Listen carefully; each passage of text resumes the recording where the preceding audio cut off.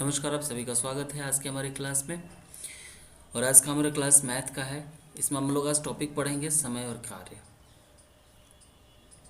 कौन सा टॉपिक पढ़ेंगे? समय और कार्य।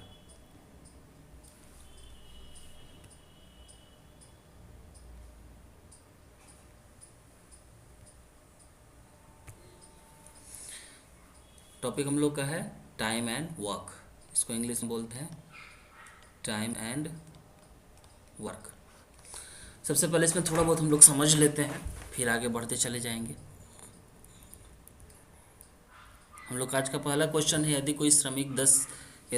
10 श्रमिक किसी कार्य को 20 दिनों में पूरा करते हैं तो 20 श्रमिक कार्य कितने दिनों में पूरा कर सकते हैं। देखिए, सबसे पहले तो बात होता है कि जब भी ऐसे प्रश्न आए तो आप क्या करेंगे, नंबर ऑफ श्रमिक, ठीक है, और जो कार्य दिन है, जितने दिन लगा है उसको मल्टीप्लाई करके और जितने श्रमिक करने वाले हैं उसको डिवाइड कर देंगे। ठीक है, सबसे में हम क्या करेंगे, 20 श्रमिक वही कार्य कितने दिनों में करेंगे, तो क्या करेंगे 10 गुने 20/20 करेंगे।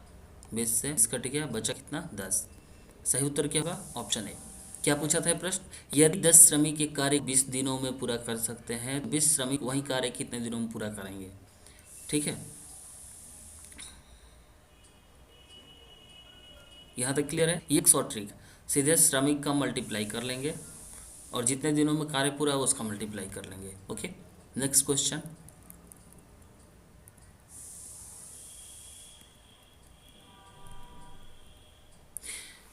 ए अकेला किसी कार्य को 15 दिनों में पूरा करता है और बी उसी कार्य को 30 दिनों में पूरा करता है, वे दोनों मिलकर इस कार्य को कितने दिनों में पूरा करेंगे।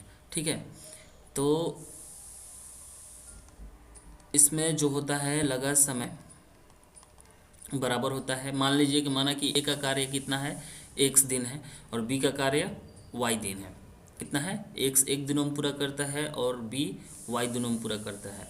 तो सूत्र क्या है इसका, है x into y divided by x plus y. सूत्र इसका कहता है x का किया हुआ, x जितने दिनों में कार्य पूरा करता है उतना गुने y जितने दिनों में कार्य पूरा करता है उतना बटे x प्लस वाई। ठीक है, अब यहाँ पे a कितने दिनों में कार्य पूरा कर रहा है, 15 दिनों में, और बी मल्टीप्लाई होगा, और बी 30 दिनों में, बटे में 15 प्लस 30, इसका मल्टीप्लाई करेंगे तो ये हो जाएगा 450 बटे में 45, कटेगा 10।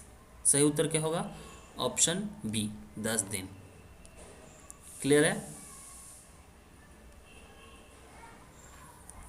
अगला प्रश्न,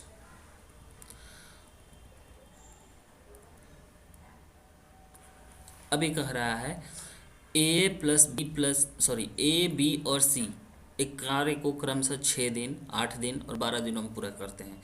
देखिए, इसका सूत्र होता है x into y into z divided by x into y plus y into z plus z to y. हम लोग इस फॉर्मूले पे चलते हैं। ठीक है, तो ए का कार्य कितना है, 6 दिन का, बी का कार्य 8 दिन का और सी का कार्य 12 दिन का।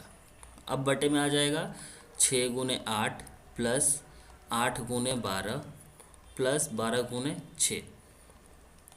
इसको सॉल्व करेंगे, ऊपर वाले को हल नहीं करेंगे क्योंकि हमें काटना है। जब भी आप बैंक एसएससी रेलवे की तैयारी करेंगे तो काटने का काम ध्यान से करेंगे, यही आपका टाइम किल करता है और यही आपका टाइम बचाता है। अब यहाँ पे इसका कैलकुलेशन करेंगे तो ये हो गया 48, यहाँ पे इसका कैलकुलेशन करेंगे तो ये हो गया 72, और यहाँ पे 96 हो गया, और यहाँ पे इसका कैलकुलेशन करेंगे तो ये हो गया 72। 8 और 6 जोड़ेंगे तो 14 और 2 16 का 6 हाथ में लगा 1, 7 1 8, 8 9 17, 17 4 21। 6 से इसको भाग देंगे तो ये जाएगा 36 बार में,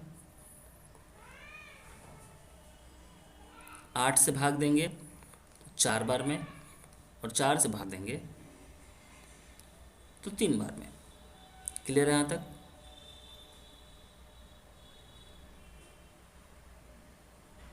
नहीं क्लियर है, सिली मिस्टेक।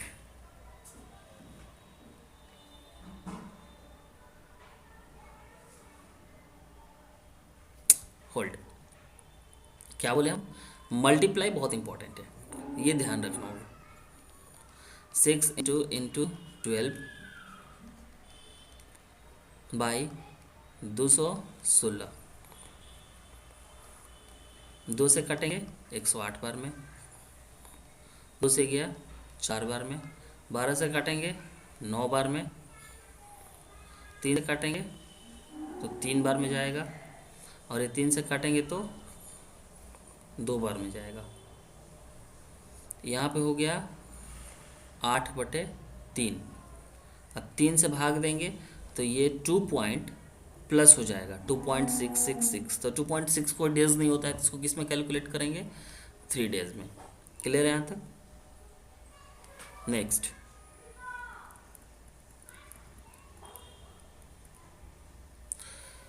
एक चीज़ और ध्यान रखिएगा, कभी भी 2 पॉइंट से ऊपर आता है,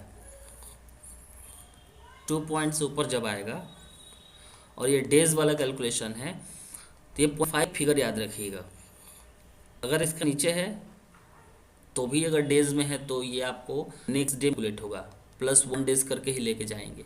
हम लोग का जो ऐसे परसेंटेज पढ़ाया जाता है उसमें राउंड फिगर हम लोग करते हैं 0.5 से अगर नीचे रहता है तो वो उसी में समाहित हो जाता है, कोई एक्स्ट्रा ऐड नहीं होता। 0.5 या 0.5 से ऊपर रहता है तो +1 होता है, लेकिन इसमें 2.1 रहे, 2.2 रहे, 2.3 रहे, कुछ भी रहेगा +1 डे कर देंगे।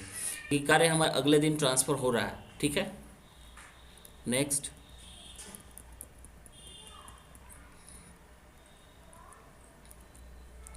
कह रहा है ए और बी मिलकर किसी कार्य को 12 दिनों में पूरा करते हैं। कितने दिनों में पूरा कर रहे हैं, 12 दिनों में। ए अकेला उसी कार्य को 20 दिन में पूरा कर रहा है, तो ए और बी मिल करके कितने दिनों में पूरा कर रहे हैं इसको, 12 दिनों में। ए अकेला इसी कार्य को कितने दिनों में पूरा कर रहा है, 20 दिनों में। तो बी अकेला इस कार्य को कितने दिनों में पूरा करेगा, दोनों द्वारा 1 दिन का किया हुआ कार्य और ए के द्वारा 1 दिन का किया हुआ कार्य। इसका एलसीएम लेंगे तो 60 होगा, 12×5 = 60 -3, यहाँ हो जाएगा 2/60, कट गया ये 30 बार में। तो बी के द्वारा किया हुआ 1 दिन का कितना हो गया, 30। तो टोटल डेज कितने हो गए, 30। ठीक है, सही उत्तर क्या होगा, 30 दिन। ये समझ में आया। ए के द्वारा किया हुआ कार्य कितना था, 12 दिन का था। बी के द्वारा किया हुआ कार्य कितने दिन का था, 20 दिन का था। सॉरी, ए के द्वारा, ए बी दोनों के द्वारा किया हुआ कार्य कितने दिनों का था, 12 दिनों का था। और बी के द्वारा किया हुआ कार्य कितने था, ए के द्वारा किया हुआ कार्य 20 दिन का। तो बी के द्वारा जो किए हुए कार्य है उसमें क्या करेंगे, ए बी दोनों के द्वारा 1 दिन किए हुए कार्य में से ए का किया हुआ 1 दिन का कार्य निकाल देंगे, तो बी का 1 दिन का कार्य निकल जाएगा। तो बी का 1 दिन का कार्य आ रहा है 1/30, यानी टोटल डेज कितने हो गए, 30। नेक्स्ट, कह रहा 12 पुरुष किसी कार्य को 16 दिन में पूरा करते हैं, 8 पुरुष उसी कार्य को कितने दिन में पूरा करेंगे। सिंपल सा सूत्र है, 12 पुरुषों द्वारा किया हुआ टोटल कार्य बटे 8 पुरुषों द्वारा किया हुआ कार्य। 8 से 16 में भाग देंगे, 2 बार गया। 12 से 2 में गुना करेंगे तो कितना आएगा, 24, यानी टोटल डेज कितने हो गए, 24 डेज। सही उत्तर। अगला प्रश्न, अगर किसी को कुछ समझ में ना आए तो कमेंट कर सकते हैं। कह रहा है ए बी सी किसी कार्य को मिलकर 6 दिनों में पूरा कर सकते हैं। कितना हो गया, ए प्लस बी प्लस सी कितने दिनों में पूरा कर रहे हैं, 6 दिन में। ए अकेला उसी कार्य को 12 दिनों में पूरा कर रहा है और बी अकेला उसी कार्य को कितने दिनों में पूरा कर रहा है, 18 दिनों में। तो सी का कार्य क्या हो जाएगा, 1/6, टोटल 1 दिन का कार्य तीनों द्वारा किया हुआ, माइनस ए के द्वारा किया हुआ 1 दिन का कार्य और बी के द्वारा किया हुआ 1 दिन का कार्य। इसका एलसीएम लेंगे तो 36 आएगा, 6 से 36 में करेंगे तो यहाँ पे 6 हो जाएगा, माइनस 12 × 36, 18 × 36, यानी जब इसको घटाएंगे दोनों जुड़ के कितना हो जाएगा, 5। 6 में से 5 घटा 1/36, यानी टोटल कितना हो गया, 36 दिन। ये समझ में आया बेटा। जब भी आपको बोला जाए इस तरह के प्रश्न तो सबसे पहले क्या करेंगे, 1 दिन का कार्य निकालेंगे, अगले का भी 1 दिन का कार्य निकालिए, उसका अगले का भी 1 दिन का कार्य निकालिए। ये बिना 1 दिन के कार्य पे गए इसका सही आंसर कभी आप कैलकुलेट नहीं कर पाएंगे। अगला प्रश्न, ए किसी कार्य को 10 दिन में कर सकता है, बी उसकी कार्य क्षमता का 3 गुना तेजी से करता है। ए और बी मिलाकर कितने दिनों में पूरा करेंगे। ए का एक दिन का कार्य कितना हो जाएगा, 1/10। बी का एक दिन का कार्य कितना हो जाएगा,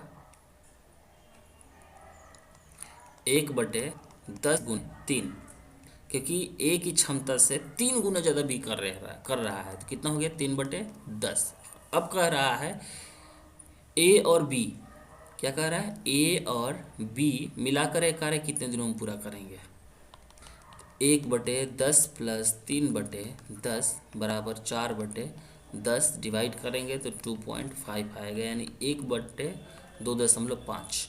तो कितना हो गया आंसर, 2.5 डेज। अगर ये 2.5 डेज दिया है तो ठीक है, नहीं दिया रहेगा तो ये 3 दिन में कैलकुलेट होगा। क्लियर है बेटा। चलिए अगला देखते हैं। 15 पुरुष किसी कार्य को 18 दिनों में पूरा कर सकते हैं, तो 5 पुरुष, यदि 5 पुरुष काम छोड़ दे तो शेष पुरुष कार्य को कितने दिनों में पूरा करेंगे।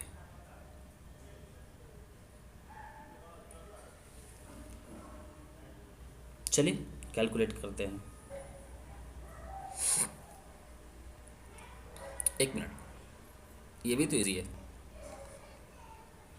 कट कीजिए आंसर। मिलते हैं अगला वीडियो में। Thank you.